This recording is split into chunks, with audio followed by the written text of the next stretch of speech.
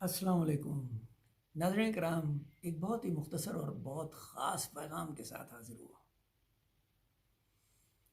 اکثر کھانا کھاتے وقت ہمارے بچے یا کچھ بڑے بھی برملا یہ کہہ دیتے ہیں کہ مجھے یہ چیز پسند نہیں ہے، یا یہ چیز کھانے کا مجھے شوق نہیں ہے، یا مجھے اچھا نہیں لگتا۔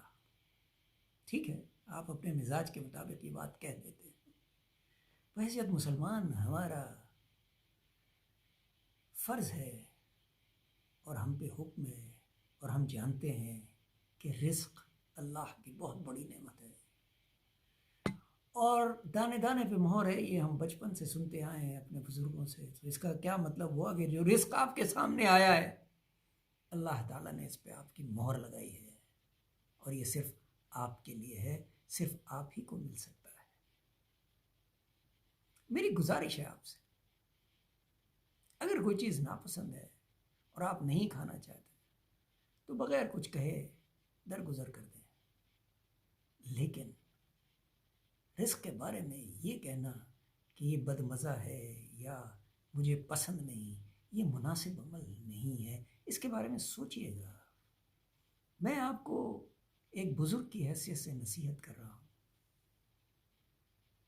کہ جو رزق آپ کے سامنے آیا ہے، اگر آپ اسے انجوائے کرنا چاہیں تو وہی چیز جو آپ کو ناپسند تھی اچھی لگنے لگے گی۔ یہ چیز ٹرائی کیجیے گا۔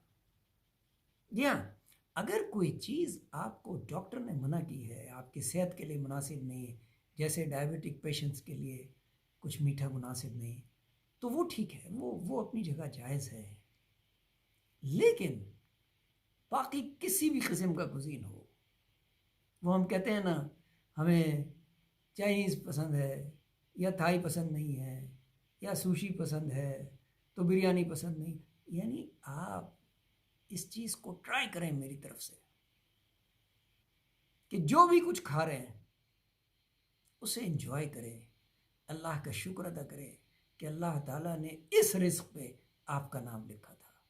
یقین کیجئے، خواہ وہ چیز پہلے آپ کو ناپسند رہی ہو، اب جب آپ اس شوق کے ساتھ اور اس شکر کے ساتھ اس کو کھائیں گے کہ اللہ تعالیٰ نے اس رزق پہ آپ ہی کا نام لکھا تھا، یقین کیجئے آپ اسے پسند کریں گے، آپ اسے انجوائے کریں گے، اور پھر آپ اللہ کا شکر ادا کریں گے۔ شکریہ۔